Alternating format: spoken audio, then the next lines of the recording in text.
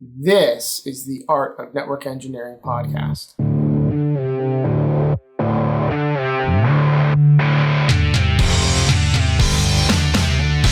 this podcast, we'll explore tools, technologies, and talented people. We aim to bring you information that will expand your skill sets and toolbox and share the stories of fellow network engineers. Welcome to the Art of Network Engineering podcast. My name is Andy Lapteff. I am at Andy Lapteff on Twitter. And if Twitter goes away tomorrow, you can find me at permitipandy.com. Joined tonight is one of my favorite humans in networking and maybe beyond, Lexie Cooper. How you doing, Lex? Oh, that was so sweet, Andy. You were just shit-talking me like 3 seconds ago, so I wasn't prepared for that. Damn. I'm doing good. I got my ass kicked today by knowledge, so I'm a little like mentally tired, but other than that, I mean, it's the good kind of tired, right? So you work in tech, just another day, right? Yes, basically. Yeah. What about you, Andy? How was your day? I think it was good. I want to tell you that my son just entered his first science fair. He is in second grade. And he wanted to learn about rockets.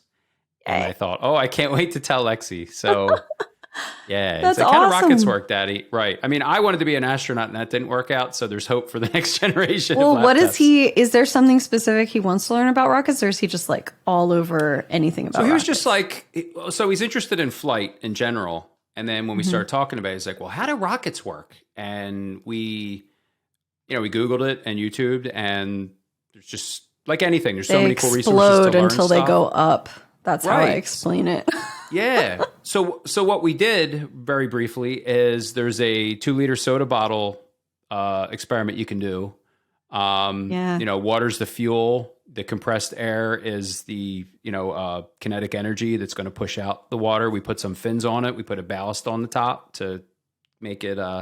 And it was fantastic, man. I couldn't wait to tell you that we're making that's so rockets and launching them at our how house. So like so cool. far up did it go? There's like a 40-foot oak tree out front, and I think it went like as high as the tree. So the first one we did vertical, and then I was reading that you're supposed to do a 45-degree angle for like distance. So then we started going across the lawn, but it went further than I thought it would. And then we did a bunch of experiments with more water, less water. There's a cork in there that until the pressure builds. What I found out was that the less water I used, the further it went, which I thought was kind of counterintuitive. That is interesting. Yeah. Okay. So if I was like smarter, I'd probably go into rocket science, but I know that's beyond me. So here we are. It's all a matter of just studying the right thing, Andy, as I have learned. The only other thing I want to mention before we get to our awesome guest tonight is Tom Hollingsworth of NFD fame and Gestalt IT gave us an awesome shout out on his blog today about the Mike Bouchong episode that came out not too long ago around leadership, and just how it really resonated with him, and how it kind of solidified some of the concepts that he knows and practices. But so I just it was just very kind. Tom didn't have to do that, right? Like you could like an episode and not put it out there publicly. So I just wanted to give Tom a shout out and thank him for that. And being Mike's my boss, it's just a good thing. Like, hey, Mike, you came on the show and Tom liked it, so please like me. You heard it here first, episode. Mike. Oh, you heard really that one, good. Jason? Yeah, I did. Yeah, great job on that. Oh, thanks, man. was. Well, that was all Mike. So the voice that you're hearing from the ether is our guest tonight, Jason Gintert. Am I saying it right, Jason? You got it. Should I call you Jay or Jason? Either one works for me. Okay. After So this episode, easy we'll be going. calling him Jay. That's cool. Buddies. I'm down. My first interview with Mike Bouchong, I called him Michael for an hour, and he waited till the end of it to say, next time you could just call me Mike. Good place to start then. Yeah. Yeah. So, Jason, thanks so much for coming on the show. AJ Murray knows of you, and you're involved with the US NUA, which brought some time on our show, so thank you for that. So why don't we just start from the beginning? Who are you? What do you do? Where do you work? And we'll kind of dig in. Yeah. Thanks for having me on. It's a pleasure to be here. Like I said, I listened to that Bouchong show. Is awesome. I've listened to quite a few of your shows. You guys do a great job, so I'm really honored to be on. Thank you.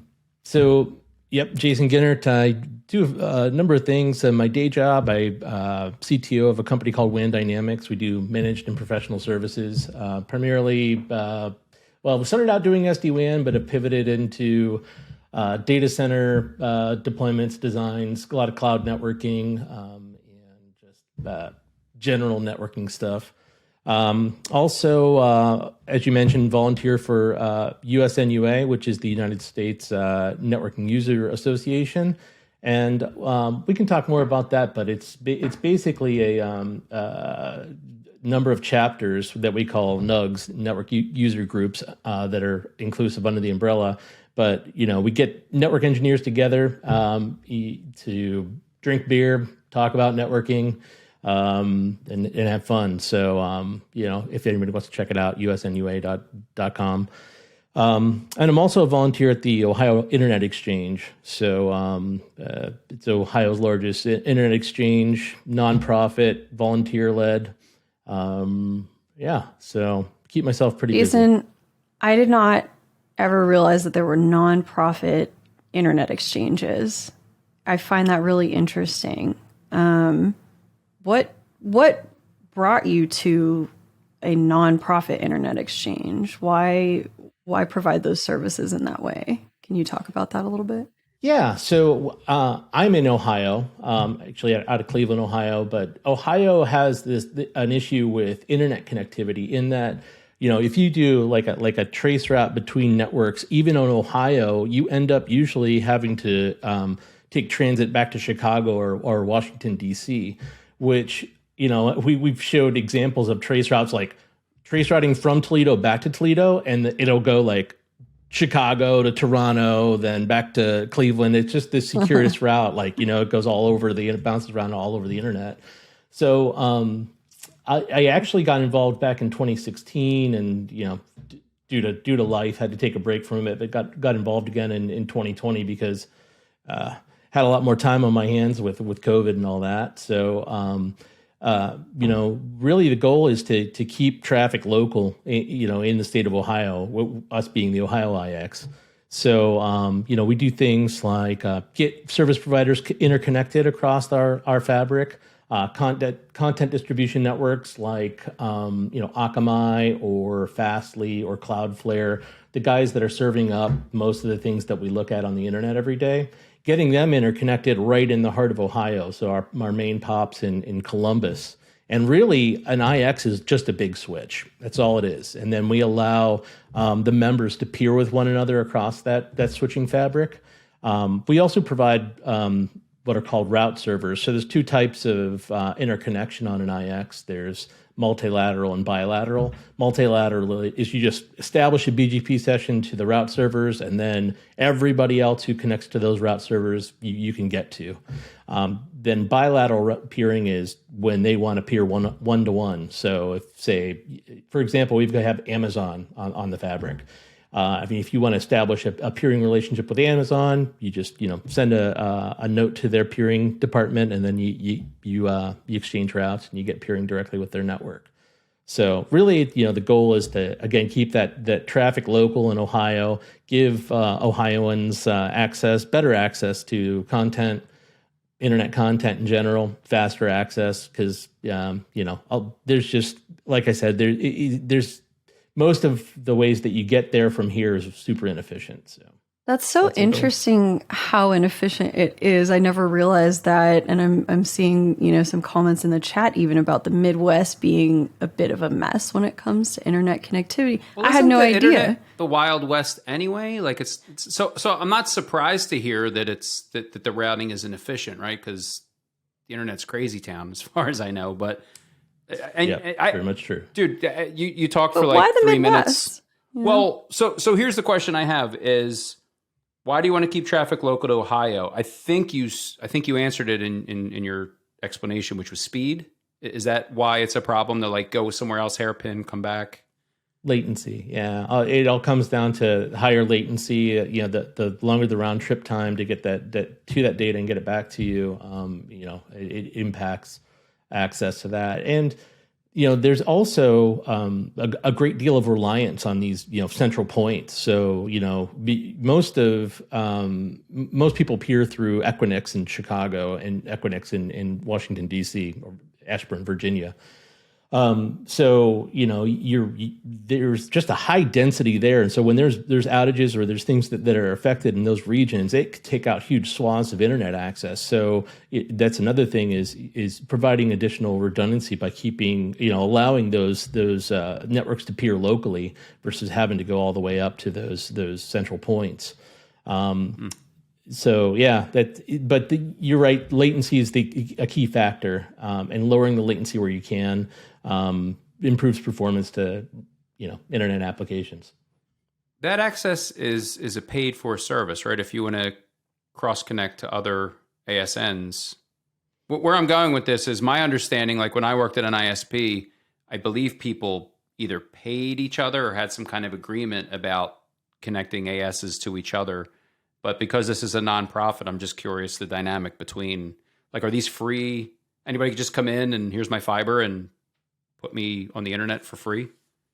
Or there's lots of different models, and the commercial IXs, obviously they're out to make money, so they're charging usually monthly for getting access to the exchange. But there's infrastructure to maintain too, right? Like, I mean, how are you guys keeping it running without charging, right?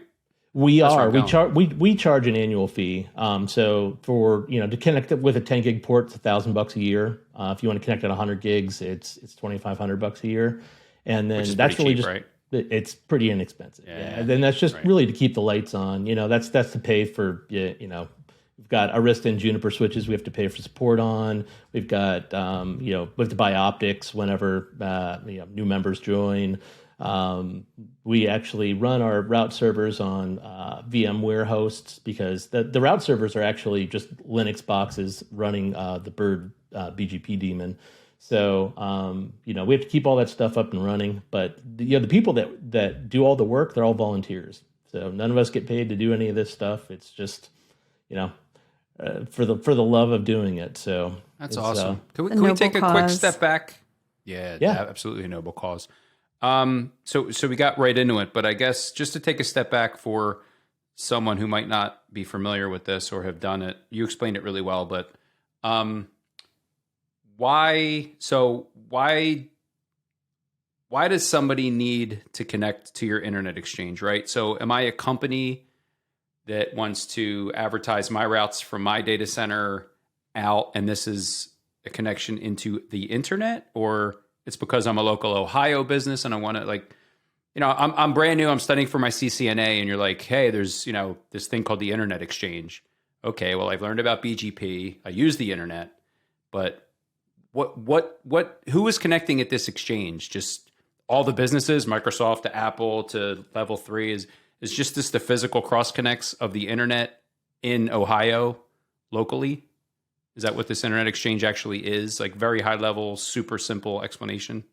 Yeah. So from a high level, in order to join the exchange, you need to have your own autonomous system number and your own address space direct from Aaron. Aaron address space, and you have your ASN and you're up and running. Yeah.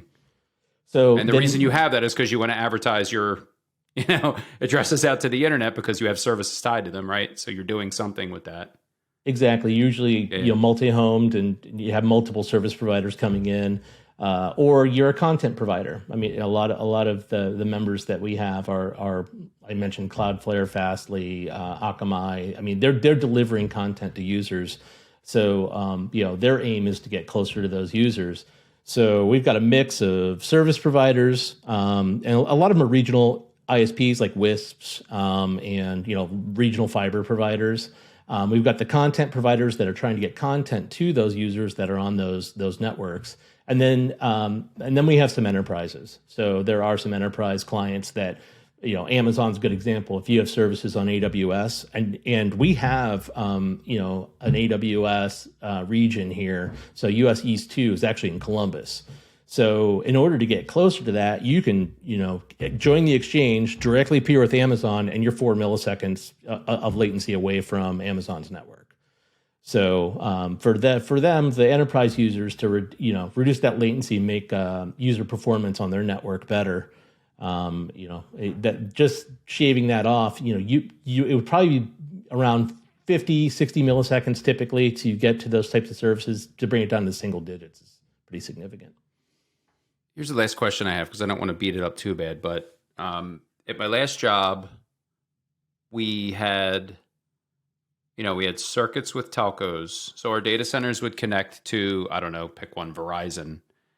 And there was a circuit that connected to their internet router. We would peer with them and advertise our stuff out, publicly. And then you could check the looking glasses to see that it got to other places.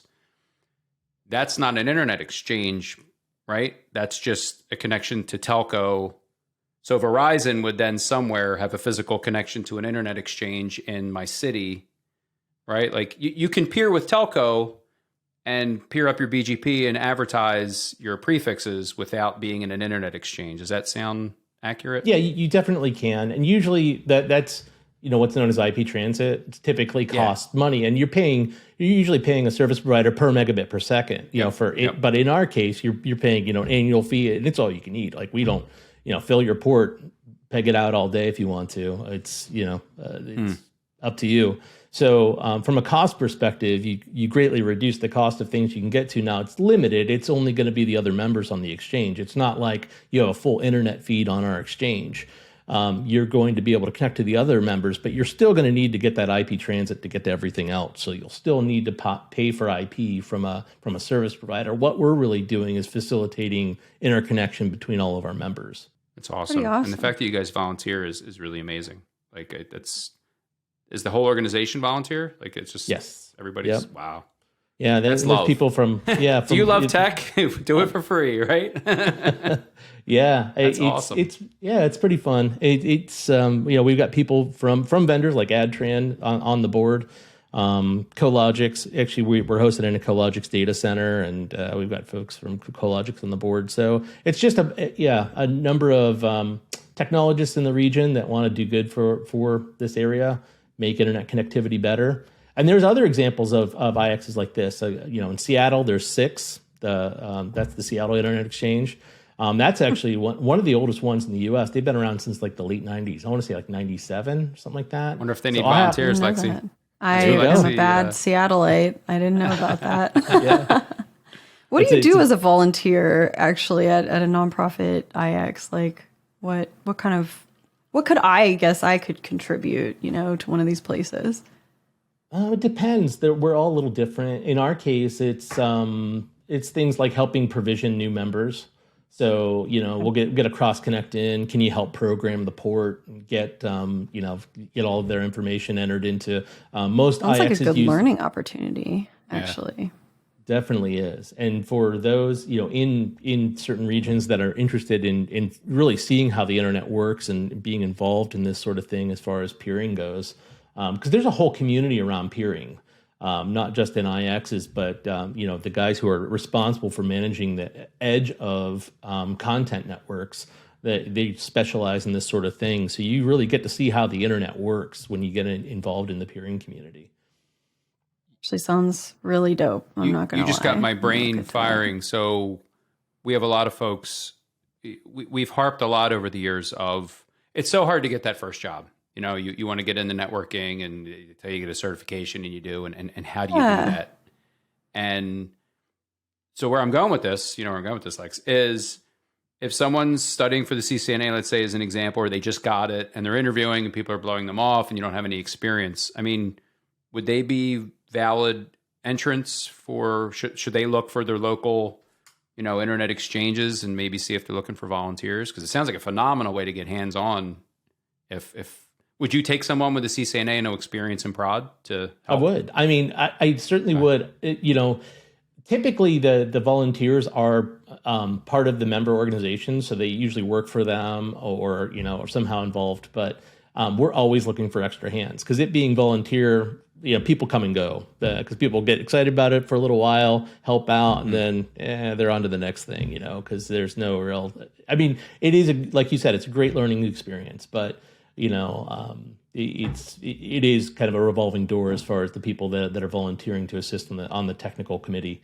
But it is a great way to get experience and learn more about BGP. And you know what? The other thing is there's a lot of good mentors on these teams too. In addition to myself, there's a bunch of people that work for service providers, municipal service providers, internet service providers, like your traditional carrier or telco, that volunteer. And we're always, looking to help skill up a new engineer, teach them new things, teach them how BGP works and awesome. all that sort of stuff. Yeah, we're gonna have to scream that from the mountains when we release this, right, Lex? Because that's one I haven't heard before. I haven't either. This is awesome. Yeah, this is a great opportunity for human networking as well. It definitely is. Yeah, and that's another thing. I mean, we usually do mixers where we get together socially, and it's a great way to meet the people in the community. If you're interested in peering and that sort of thing, you can meet the others. Well, thanks for telling me about 6. I am definitely going to check that out. Yeah. Sorry for cussing. This would be a good segue. I have a stress ball that I squeeze all day, and it's full of water, and it just exploded all over the place. So I apologize for the Andy's S word. stressed. Nah, we're good. We're going to keep going, but we got these for Christmas, and my kids blew theirs both up in the first day. Mine took about a week, so if you're watching YouTube and you see this stress ball, don't get it because they explode very easily. I just made a mess here. So, I pivot a little bit, but to a similar thing, volunteering. So the US NUA, Networking, User Association, you gave a brief description, and the question I wrote down as you were talking is, how did that start? I mean, were you a network engineer, or like you wanted to get in and there was no community around you and you got involved? Like you nailed it. Yeah. So, it was us, a bunch of network engineers hanging out, having a beer and talking about VMUG, which is the VMware user group, and then LUG, which is the Linux user group. And we, asked ourselves, like, why don't we have a user group? So we started this group, the Ohio Networking User Group. That was the first one. And we've been running the ONUG since about 2017, so just a little over 5 years old now. Ohio was the first one? That's where you're from? That was the first one. Okay, yeah, so that's where I'm from. Gotcha. ONUG. Okay. Seeing it on your shirt is another experience, right? Because you can hear this on the podcast, but seeing it on the shirt, it's so good because it's O in parentheses and then it's NUG, so it's ONUG. I love it. It's great. You got it. Yeah, and we wanted to make sure like it wasn't like, because there's another ONUG, the one that in New York, just the letter O. So we kind of want to differentiate it. So this is like as part of branding, each state, is in parentheses. So we've got NUG and MINUG. And so you didn't hear from the legal department at ONUG in New York that you can't use their name? Not yet. We've been flying Hopefully under the they radar, don't hear this. Hopefully this show isn't the reason they come and get you. Yeah, hopefully not. So that's so cool. We've heard that a couple of times over the years. I mean, just this very podcast was just created by some people who needed a study group and didn't really feel like they had the community necessarily locally to do it. Not that we were local to each other, but kind of found each other online, started studying, and it became a podcast. But I love those stories of people filling a gap. Starting a community if they didn't have one, or maybe maybe you're a certain type of person and you don't have a group like you, and like, we should have a whatever, group. And that's really cool. So that was 2017. Is that when you guys started up? Yeah, I think right around then. So our first meeting was like 15 people. It was just, the people we knew, and we hung out, had some beers, and I think that was just speakers. So we try to keep them vendor neutral. So no specific vendor pitches, and there are vendor sponsors, but we make it very clear you're not coming in to sell your solution to somebody. The presenters are presenting general network technologies. So we've had people present on like EVPN and VXLAN and multicast, and just talk about the technology and answer any questions that people have. So you got a presentation, and then we usually cap it with like a panel discussion, which is just like, we ask, what are the things that are challenging you in your day-to-day duties? And what kind of things are you encountering, and the frustrations you have, ways you're solving problems. And it's a good format. Usually those two, just a presentation and a panel discussion. And then in between, we leave, time at the beginning, middle, and end for network engineers to talk and meet each other. So we started off at that first event with 15, and our biggest one in Cleveland, we had right before COVID, of course, like I think it was fall of 2019, we had about 120 people at our largest event. So, fantastic. and we've got people coming up from all over. The guys from, Kroger would drive up from Cincinnati to Cleveland to come to the events. And it became fun to see the same faces at all these events when you'd be popping out to them. So Do you have like formal membership for the US NUA, or is it just like a come and join us as we present every so often? yeah, we do have, if you go to the usnua.com page, you can sign up for updates on the page. So we'll notify you when events are coming up. And we've got, I think it's 13 chapters now. And I think we've got slated another 4 or 5 that we're adding here pretty soon in the first quarter. We send out those updates, let you know when one's coming. Typically, like in the state of Ohio, we rotate through 4 cities: Cleveland, Columbus, Cincinnati, and Toledo. Every quarter, we'll do a different one. But they're open to anyone who wants to come. No cost, just show up, hang out with your buds, and the beer and the food's free. Love it. Really? Very accessible. Wow. Sounds great. How many areas are you in? States? I don't know how you measure your... Are you guys all over the place? Like if I come to Ohio, can I just drop in? I know you said before the show there wasn't one in PA. I'm going to California next month. Is there one there? Like, could I just hop into a meeting, or how does it work? Yep, you just pop in if there's one available near you. We've got Ohio, Michigan, Indiana, Massachusetts, Connecticut, North Carolina, Colorado, Georgia. Wow. The list goes on. You can check it out on the site. That's awesome. Each group, each NUG is run by a local team. So there'll be a local set of folks that run the events. We do all the enablement. So we print the shirts like these. We print the stickers. We send an event kit which has all the questions to ask for the panel and all of that stuff. When we rotate that stuff, every quarter we'll mix up those questions for the panel discussion. But we work with the local teams. We've got actually starting this year, we've got a dedicated employee who's just going to run these events. Last year we did 40 of them, and it was again just working on the side as volunteers to make that happen. 40 events is a lot to pull off. So this year we're shooting for 60 events, but we'll have someone full-time dedicated to it. Cool. So We have somebody in the volunteer- chat. Go ahead. Somebody in the chat asked what the reason was, if there was like a specific reason for network user group in the name versus network operators group. That is a great question. Is there any particular?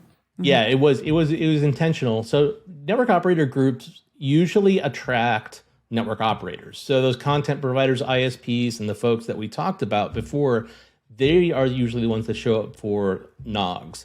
This it kind of has more of an enterprise focus than that. Okay. So most of the folks that show up to our events are enterprise network engineers that are working on data center technologies, campus technologies, WAN technologies, guys that are doing the guys and gals that are doing the day-to-day on those sorts of networks versus say a service provider network where you're doing like IP MPLS and a lot of NOGs like ShyNOG, and then there's NYNOG and a few others that like I said, I find that the discussions are solving big problems for like cloud scalers and in very, very large networks. And I think that it's a little bit over the heads of most, enterprise engineers and not really the problems they're trying to solve. So NUG is positioned a little bit differently than a NOG. That's a great explanation. That makes a lot of sense. I can understand. I didn't know about network operators group, so I'm learning a lot today. Thanks. Sure. I have a random question. I was just stalking your... so I guess you're attending NFD next week? Does that sound accurate? CFD, yeah. Or CFD, rather? 16. Mm-hmm. There it is. So I was just looking at your bio. Are you a drummer? I am. Yes. Oh, no. Oh, no, Andy. I love the drums. Do you? Lexie got to watch me play little drums in Nashville at our event last year. Nice. Yes, I have a video of Andy just going nuts on the drums at like a guitar center we were at, trying to find a cable. We were trying to find this, or like a specific adapter for mic stuff, and we're all in there. And then I look back and like Andy's just going nuts on the drums back there. Like, it's so funny. Yeah, I need to find that video. Post that to Twitter. Tell me about music, Jason. Is it a hobby of yours, love of yours? Is that, it's something, we don't really have a format, right? But I'm just thinking as we're talking, like, we talk about self-care, right, on the show and how stressful the job can be. And a lot of what you hear is like, well, these are the things I do for myself to, dispel some of that stress, right? Like, I don't know if you're on call for the internet exchange. I don't know if it breaks. I mean, I know you have a day job too. So I'm sure that, I feel like anybody in tech, there's busy guy, Jason. He is a busy guy. So you got a lot going on. I'm sure there's some stress in there. Yeah. And I definitely want to get into your business and SD-WAN and all that fun stuff. But, how do you balance it? What does self-care look like for you? How do you take care of yourself, your mental health, in a stressful tech world? Yeah, drums is definitely an important part of it. I've been playing drums since I was probably just out of high school, and a lot of that's not. I have no formal training. It's just playing in like punk rock bands and stuff. Yeah. So yeah, awesome. I still carry on. I guess like I did when I was that age. I still like to skateboard. I still played drums with my shithead buddies. Drink beer. That's definitely my self-care routine. But yeah, I mean, you have a kid at home? I have two kids. One of them's not at home anymore. Sorry. Oh, kid. Oh, yeah. I do. I have what did I just get? A Tama Imperial Star kit at home.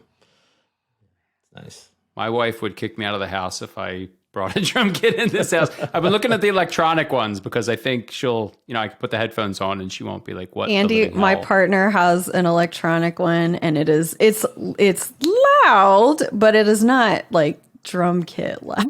Like it's tolerable for sure. Drummer. Yeah. Yeah. He enjoys it a lot. So every once in a while, every once in a while I come home and I hear like vague banging from like the third floor, and I know, okay, Rick's on the drums. So I just had an interesting sound, like that rub, like the hitting the rubber. Yeah, it's like rubber. Yeah, really hard hitting on rubber. I much prefer the analog too. Right, I much prefer the real. I want to feel the kick drum in my kidneys. I just flash back, and then we'll get off of music. But I just flash back. I was 16 or 17, and me and my buddy, like, I'm a kid of the 90s, and Nirvana was happening, and I was awful at guitar, but I could play really loud and play some power chords. So, we were all about it. And my buddy had an old Rogers drum kit that was huge and loud. And one day I brought his kit into my little bedroom. It was literally a closet, and set it up in the corner, moved the bed out into the hallway. So I start playing, and I'm, 5 minutes in, my stepdad comes. He wasn't home. He was at work. I guess he came home. I'm trying to imagine now, I'm a parent, what it must have sounded like to get out of his car on the street and go, what the hell is that noise? And then the closer you get to your house, realize it's coming from your house, and then go inside and see your moronic 16-year-old stepson. Like, Andy, it's easy for you to find out exactly how that feels. Just give one of your kids or both of them. There you go. Give them a kit. Easy. Yeah. Okay. I have to. Okay. So, I'm interested in SD-WAN, Lex. I don't know if there's anything that you want to jump on. I am too. I know or almost nothing about SD-WAN, so I think we should definitely talk about that. I've seen it at jobs. I wasn't responsible for it. I don't think it's one of those buzzwords that I hear. And I think, yes, that is a networking thing. Now, and it's just out there.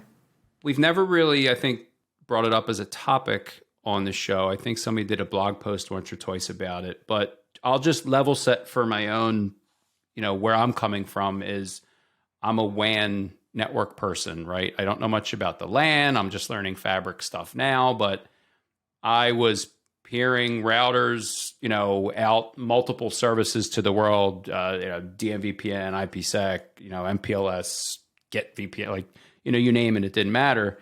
And my services were how people got in and out of our data centers and into our services. And where I'm going with this is I believe SD-WAN is a more intelligent way to route traffic based on a bunch of cool stuff. But what we did, all we could do in the old school non-SD-WAN is, we would set routing metrics. So like I'd have an A and a B side router at the edge, and the A would be primary, say AT&T, the B would be primary Verizon, and we would control traffic in and out with route maps and redistribution and all kinds of fun tagging and stuff so that, this one's primary, this one's secondary. I want some traffic here, some traffic there. I don't know if it'd be considered traffic engineering, but that was pretty much it. We had 2 lanes in and out, and I could tell it where I wanted traffic. And if A failed, it would go to B. That was pretty much it. I was going to say, that sounds like traffic engineering to me. But, well, right. But then I saw SD-WAN later. They brought SD-WAN in, and for an edge client. So here's where I'm going, Jason, then I'll shut up and you're going to school us, which is going to be great. So that was in the data center. But let's say for a bank that was utilizing our services, they'd have 2 routers. One primary would be MPLS, and all the traffic go over MPLS. The internet router and the internet circuit would sit fat, dumb, and happy forever because unless the MPLS went down, it would never, ever use the internet. My understanding is in comes SD-WAN like, yo, pal, how about we use that B side? How about we utilize that internet circuit, that internet router? How about Jason, that's kind of my dumb WAN, what I think SD-WAN might do. So just walk us down the path of what's SD-WAN? Why do we need it? Why is it awesome? How did you get involved in it? I'll shut up. No, happy to. I mean, maybe a good place to start is how I got involved in it. I worked for an internet service provider at the time, and I was slinging MPLS. That was, our bread and butter. We sold a lot of MPLS and integrated voice with that, doing SIP over MPLS. And then I encountered, and this was probably about 2014, 2015. I ran into a customer saying, we're looking at SD-WAN. I'm like, what the hell is SD-WAN? I'm like, yeah, this is, whatever. It's probably just some gimmick that, whatever, like a internet failover sort of thing. And then the deeper I started to dive into it, I think it was Ariaka's solution that I looked at the time. I was like, holy shit, this is pretty cool. And I remember being a sales engineer and telling my sales guy, he's like, we got this, right? We can poke holes in this. This is just some BS thing that doesn't really compete with our enterprise grade MPLS. I'm like, no, this is actually way better than our MPLS. This is a problem, guys. This is really interesting. So started to do a deep dive into it and looked at all there was a lot of, that's kind of the inflection point for SD-WAN was right around that time. 2015, it's just they started coming out of the woodwork, I think right around then, Bellow Cloud was founded, Viptela was founded. I mean, all the big names we know today were just getting off the ground. And we started looking at those options. And then the company that I was working for at the time got acquired. And I talked to that new company about, you should check this SD-WAN stuff out. And they're like, well, we think it's a bunch of BS. We think it's a gimmick. Same thing. We're making loads of money off MPLS. Why would we do that? I'm like, all right. Hold on. Can we pause there for a second? Just sure.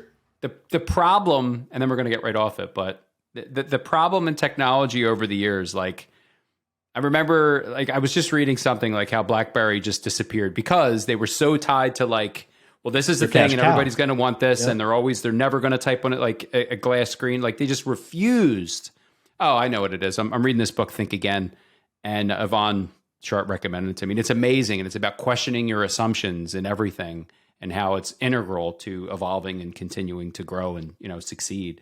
And that's just a perfect example. These people are MPLS is great. People love spending $6,000 a month on a circuit. You shut up, right? And that was a mistake, right? They were wrong. Yeah. What they stood by is oh, you're not going to run voice over that SD-WAN. You need an MPLS network to run voice. We're talking about the business critical applications and running them over MPLS because you know what? MPLS was a lot better than the alternatives. You can carry Quas over MPLS, right? Yeah, exactly. You can carry the class service or whatever it is. I mean, that was the whole thing with MPLS. You got it. Yeah. So, I think they got a big head about it. A lot of the carriers did, and they really didn't. They kind of it came out of left field, SD-WAN did for them. But I remember getting interested in it, and then a friend of mine who we've worked together. This is the fourth time we've worked together. He hired me as a dial-up tech support guy in '99, and we've just kind of bounced back and forth to different companies together. And he said, "Why don't we just do our own thing? If this SD-WAN thing is going to be so cool, let's just do it ourselves." So we founded WAN Dynamics, and we started off doing managed SD-WAN. I mean, it was a slow start. I mean, it took a little while for it to catch on, but so you founded an SD-WAN company. That's WAN Dynamics, right? That's right. Yeah, we don't make the hardware or software. We sell other people's solutions, but we provide a managed service around it. Gotcha. And that was right when it was like lighting up, like 2015-ish?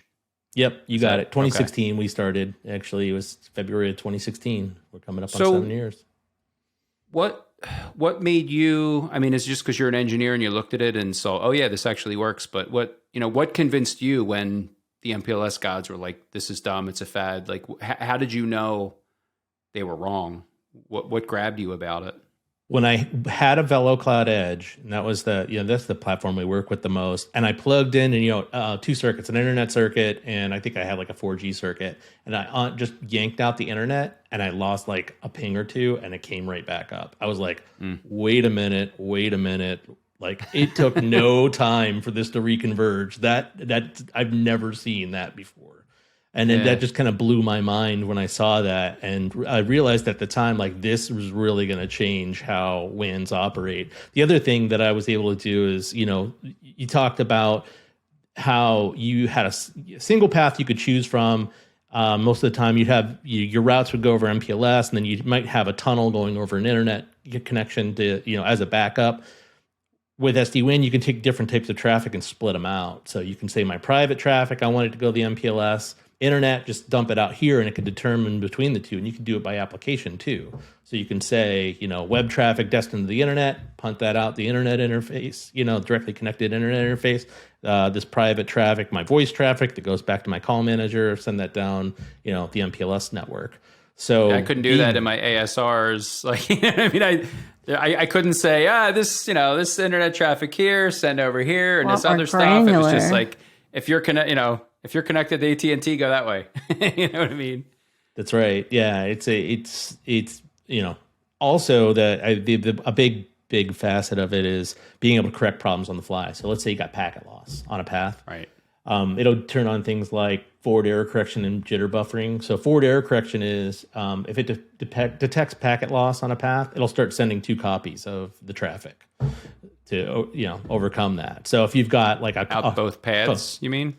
It could be out both paths. It could be over a single path. Over a single path, sending 2 copies of, let's say it's a phone call and it's the RTP from it's the media actually going from a handset to another handset or a voice switch. It'll start sending 2 copies across the same link, so you've got a greater chance of it getting there. I mean, at a certain point, if the packet loss is too bad, it's not going to be overcome it. But for like upwards of like 8 to 10% packet loss, you could overcome it. Huh.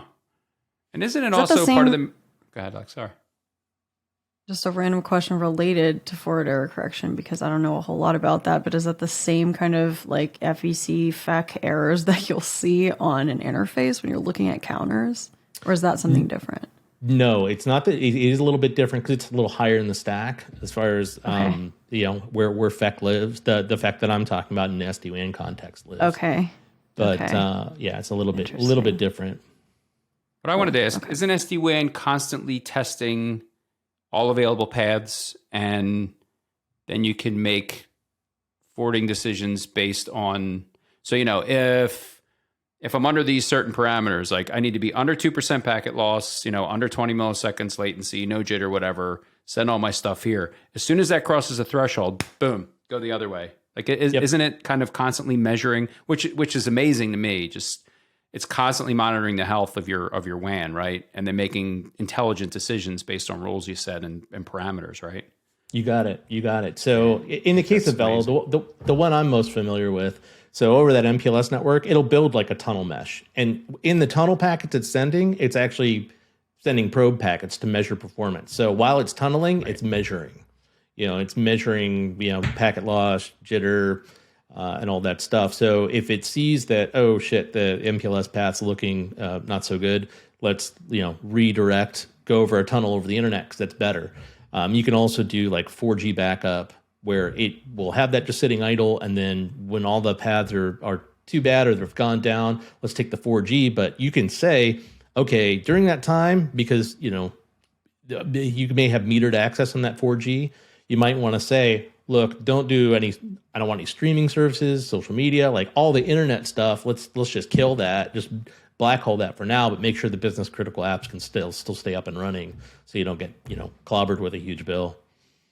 Did people, I'm sorry, Lex, go ahead.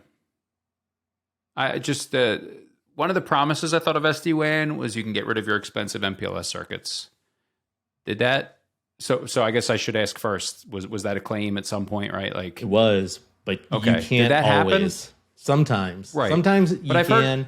I've talked to some companies who are like, oh yeah, we were able to scale way back. We didn't get rid of MPLS, but we went way less with what we had before. And because you really can't get rid of your super expensive dedicated MPLS circuit, go with two different, cable company ISP internet boxes, and SD-WAN will make it just as good.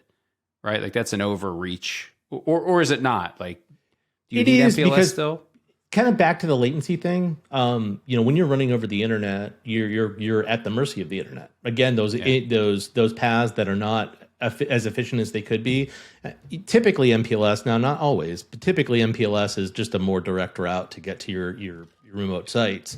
The internet, you might be looking great today, not so great tomorrow based on the paths they're using.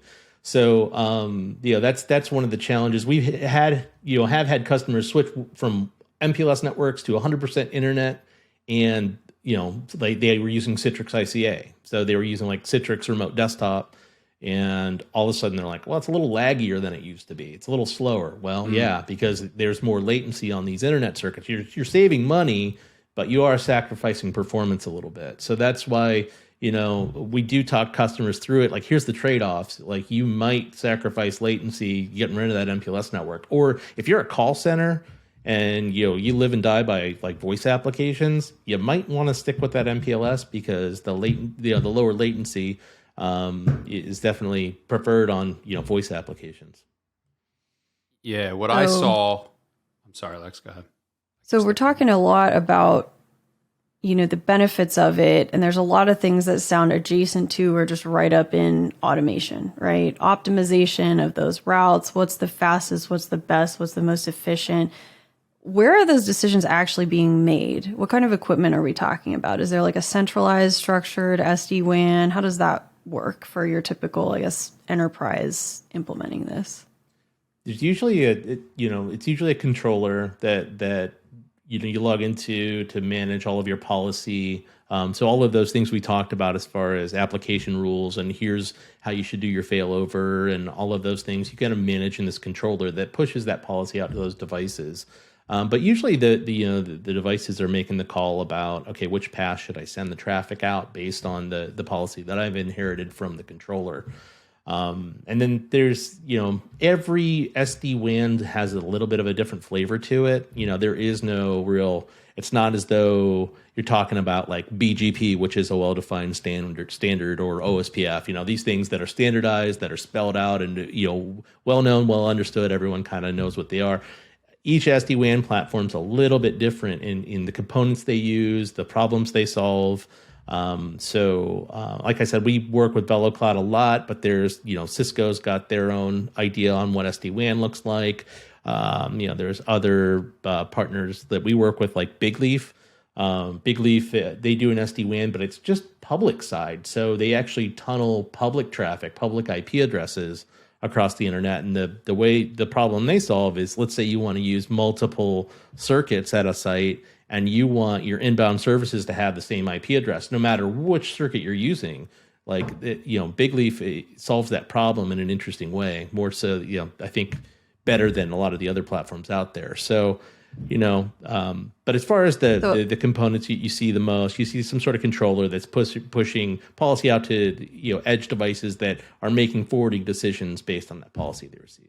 So SD-WAN is really a concept, a kind of architecture more than it is. Like, it's not a protocol, right? I'm stating this You're for, right. we didn't really define it amalgamation. exactly. Yeah. Yeah, it's an amalgamation of technologies that come together to make this new thing. So, like I mentioned, like forward error correction, that's a component. There's the tunneling, that's a component, and depending on the platform you're using, they use different tunneling technologies. It's not just like your standard IPsec tunnel. A lot of them have a proprietary tunneling tech that they're using for their platform.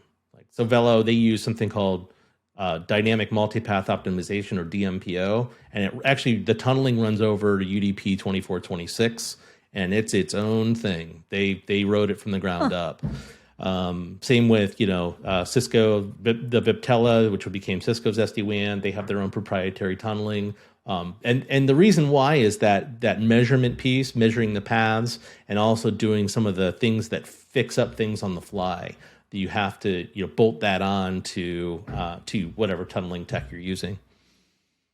Very interesting. Do you need appliances at both ends? Like I know that you need appliances in your data center because I've seen that in the SD-WAN solutions I've seen. So if you have an edge client with 2 routers, MPLS A side, internet backup B side, do they also need, do they have appliances at the edge, and where are they in the path? Are they, I guess they're behind the routers? They do bookend. They're usually bookended. I mean, they're not the routers, right? It's not all built in. They can like, be. Yeah, you can. Yeah, you can. So a lot of instances, it replaces the router at the prem, and they can do BGP, they can do OSPF, they can do all of the stuff you would expect from a router. Is that typical? Like, here's your new router, and it has SD-WAN capabilities, and you're done. Yep. That is typical. Yeah. Gotcha. There are some cases where people do like a side-by-side config where, you'll have both, and then the MPLS router can take over if they'll do VRRP, it's a dynamic gateway protocol to fail over to like the MPLS router, for example, if the SD-WAN goes down. There's a lot of different designs, but usually they replace the router on-prem. And that's a great question. Bookending is required because that path measurement is really done in band in the tunneling. At least a lot of the examples I'm using is Velo. Some of the other platforms might work a little differently than Velo does. Velo now VMware SD-WAN, but it is bookended. On the internet, they have these things called gateways that they talk to. So even for talking over the internet, they're doing that measurement, checking things out. And always measuring each and every path, the internet-based paths, the MPLS-based paths, and if you have like an all-you-can-eat plan on like 4 or 5G, you can have them run all day on that too and use it just as it would any other circuit. Just got a great question in the chat. Any cons of SD-WAN? Any downside? What's why wouldn't everybody go to SD-WAN? Yeah, the one that we see the most is people just assuming we're going to get off MPLS, we're going to save a ton of money, it's going to work the same. Not always true, especially if you use all internet circuits. That's latency can be a huge challenge. So do people not know that dedicated private circuits are more reliable and better than the Wild West of the internet? Like, they think that? Are these executives who know nothing about tech? Like, we're just going to save money and Q3 is going to look great, and then they're like, oh God, why is everything slow? What happened? Well, I think these executives hear from their other executive buddies, oh, it was great. We saved a ton of money and, everything worked the same. But their use case might not be the same. They might have a different application stack. We're running a call center. Shit. Yeah. Right? Now we're screwed. Yeah. Oh, no. Exactly. That's definitely one of the bigger things that we encounter. I had another one too. There's been a couple of circumstances where, security. Well, so let's say you want like integrated security at the edge. That can be a little bit trickier with SD-WAN because most of these, what I would call pure play SD-WAN platforms, you've got to integrate them with something else on the security side. It's not all kind of coupled in. But there are some out there. Meaning a firewall? Is that what you're saying? Yeah, correct. Like an edge. It'd be in line with the firewall, and the firewall will do all the inspection, and then the SD-WAN will do the intelligent routing or whatever you call it. Yeah, okay. Got it. You got it. And usually that firewall's in some sort of like transparent or bridge mode behind the SD-WAN appliance. But that could get really complicated, and it for clients that haven't really had to do that, they just kind of stuck a firewall at the edge and that's it, called it a day. with doing those integrations can get complex, and walking clients through that sometimes can be challenging. So what I saw, and I just want to put it out there, is another what I would think is a benefit of SD-WAN. So I was at a place and we were rolling out SD-WAN. We meaning people smarter than me. I was watching them, but I was in a lot of the calls and planning and post whatever, and there was a lot of we're going to save money conversation up front, right? Because we had a ton of MPLS circuits. I know that we pared back on MPLS, but I believe because of the cost of the SD-WAN solution and whatever else might come with it, it kind of became a break even. But because of all the benefits that SD-WAN gave, we were providing clients seamless failover and load balancing out of that, like you were saying with the smart, routing. So, now the clients are using internet circuits they never used before and using the router, just sitting there dumb and happy. So it was happy clients. It was better failover for them. It was more uptime for clients. So even though I think the cost was a wash in the end, the benefits SD-WAN brought made it a win. I was like, you know what? This is great. Now we don't have, clients pissed off because our damn internet failover breaks 30% of the time for reasons, right? So yeah, just another feather in the cap of, if you think you're going to save a ton of money and get rid of MPLS, it might be a wash in the end, but the benefits that your users get, in the end from the intelligence of the system, just, from my experience, it just seemed, well worth it. Completely agree with you. For the customers that would come to us and go, I just want to save a bunch of money and go to SD-WAN, when we talk through it, some of them that wasn't the case. Like you said, it'd be a break even, maybe even a little bit of cost plus. But almost always performance was better, uptime was better. So it was a trade-off. It doesn't get much better than that, right? Like more uptime, better performance. I mean, that sounds pretty amazing, That's right? the goal. Yeah. That's what we've been trying to do for 50 years. And then SD-WAN comes along oh, I can do that. Whoa, cool. Yeah. Is that still your bread and butter? I know you said you've kind of pivoted to design and cloud. And I mean, is that still keeping you busy, SD-WAN? SD-WAN still keeps us busy. Now the conversations are all about SASE, though. Secure Access Service Edge, which is integration of a few other technologies. And I won't go into that. We've definitely talked a lot about SD-WAN. So did you say SASE? I did. I said SASE. SASE. I'm glad I'm not the only one who likes Lexie, that name. No, SASE is great. So when I hear SaaS, I hear software as a service, right? So is that what SASE means? I like to define things very simply because I get lost easily with stuff. Yeah, people pronounce it listening, SaaS, don't they? So SaaS is software as a service, right? Mm-hmm. Yeah. Yeah. Right. And SASE is SASE, Secure Access Services Edge, which that's where I got lost. Okay. So yeah. That's that more of is that something different? SaaS could be a component of it, I guess. You could have, a SaaS stack that's part of it. But SASE ends up being really the securing of the SD-WAN network. And usually it's you're adding cloud components. You're adding, really, they're just firewalls in the cloud. I mean, they're cloud native firewalls. Securing SD-WAN, it's tunnels. Isn't it secure? It sounds dumb, right? It's probably a dumb thing to say, but are we running IPsec over these tunnels? Isn't it already secure? Are they just GRE? What's happening? I think what happened with SASE is work from home happened with COVID. So you have remote workers who need to get access to the network, and you don't necessarily want to buy them all SD-WAN boxes, right? So you have to, you want to build this, perimeter that all users can connect to if they're in the office, whether they're remote, and then the remote users will end up installing some sort of client that can tie them back into the collective network. There's also some components like, zero trust access, so authenticating users at the edge no matter where they are. So it's just really it's another Gartner invention that those IT executives we talked about earlier. Drives everything, man. Get a Gartner report and go spend $1 billion. That must be what the people want. that is exactly right. So we're doing more. Gartner of that made now. up SASE. It's their fault. We can blame them. It is, and they had a few other options out there. I wish I could recall them because I'm so glad that they didn't end up calling it some of these other ones. Like I think they were like Slappy or something like that. It was Oh my God! Please, can we call something Slappy?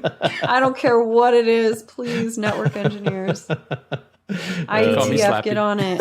Oh Could be my new nickname. Yo, Slappy. Thank you for joining the Slappy Laptop. So you just got me thinking with like a work from home person and SASE, and I still don't think I understand SASE. But what made me think of this question was, do you need two network paths for SD-WAN? So I'm working from home. I only have one internet connection. In my mind, there is no SD-WAN because there's only one road in and out of my house. Is that accurate? No, it actually does improve performance of with some of the tech we talked about, like the forward error correction and jitter buffering. So let's say you're making phone calls from home, like maybe you got a handset, maybe you got a soft client on your PC for the job you do. Got the thing. Yeah, there you go. Yeah, you got it.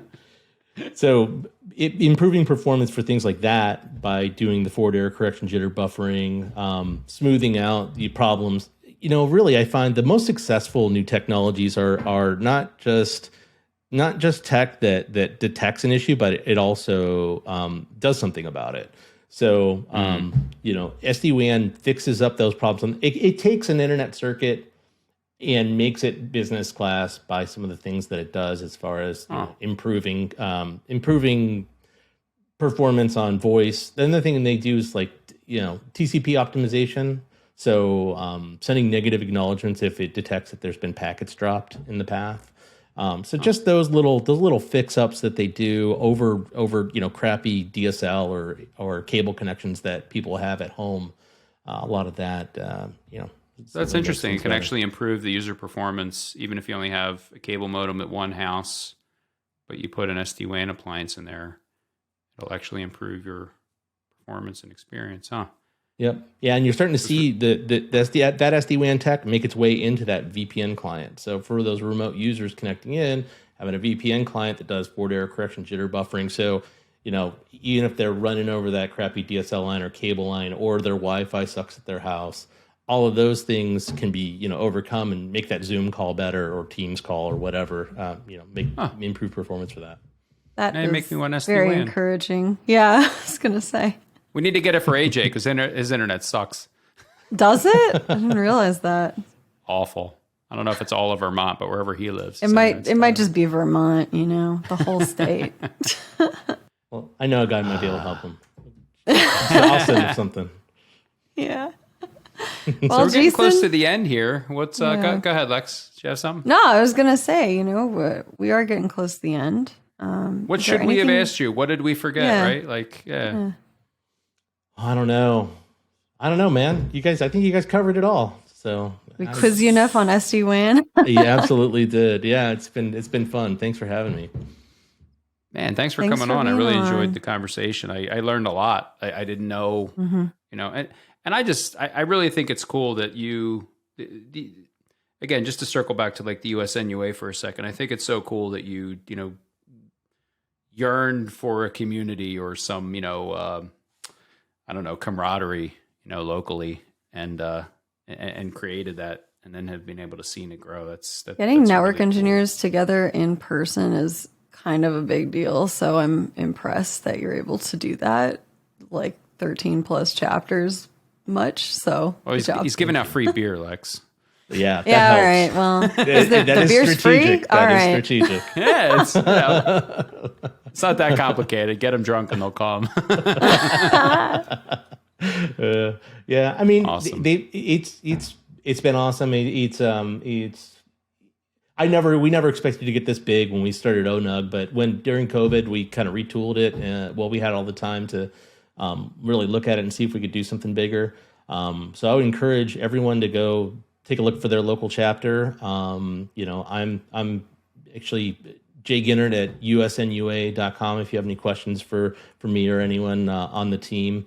If you want to start your own chapter, we're looking for folks to start them all across all 50 states. So reach out to us if you're interested. So I was thinking if I'm ever in a town with one, like if I'm traveling for work or anything, I'm gonna look and see if there's a chapter, and if I'd love to drop in and meet some folks. We had a meet up last year in Asheville, just through the show, and it was one of the most satisfying experiences I've had in my career of just, it was post-COVID, so like I was thrilled to be anywhere doing anything, but it was just so nice to be with people that have done the job or were doing the job and could commiserate, and we've all been all in the that tax trench stories together. Yeah, it was just so I really love that, and I'm hoping I can drop in on a US NUA meeting. So is it US NUA? Where can we take a look again? USNUA.com. Got it. Yep. Check it out. So, feel free to sign up for updates.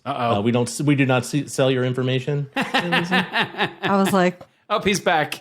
We lost you for a second. Maybe we lost the Andy. You better not be running SD-WAN. Can you hear us, Jason? I can hear you. All right, Jason, where can people find you out on the internets? Bits in Flight on Twitter. Bits in Flight at mstdn.social on Mastodon. LinkedIn, another good place to find me, and check out usnua.com, and hopefully you can see some friendly faces at the next ONUG event. Awesome. Thanks so much for coming on, Jason. I'll give you a couple of our links here. You can check out our Patreon at patreon.com/artofneteng if you would like to support the show in that way. We are on the Twitters at artofneteng.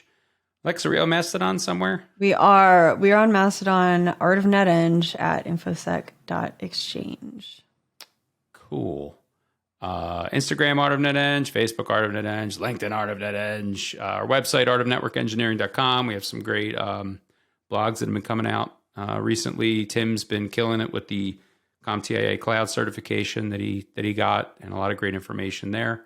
And we have a merch store, artofneteng.com/store. And as always, you can, if you're looking for a community, some support, we are on Discord at artofneteng.com/IAATJ. That stands for It's All About the Journey. We have about 5,400 members in there. Study groups, resume reviews, just how you doing. It's a great community if you're, looking to connect with folks. As always, thanks for listening. Lex, always great to see you, and we will see you next time on the Art of Network Engineering.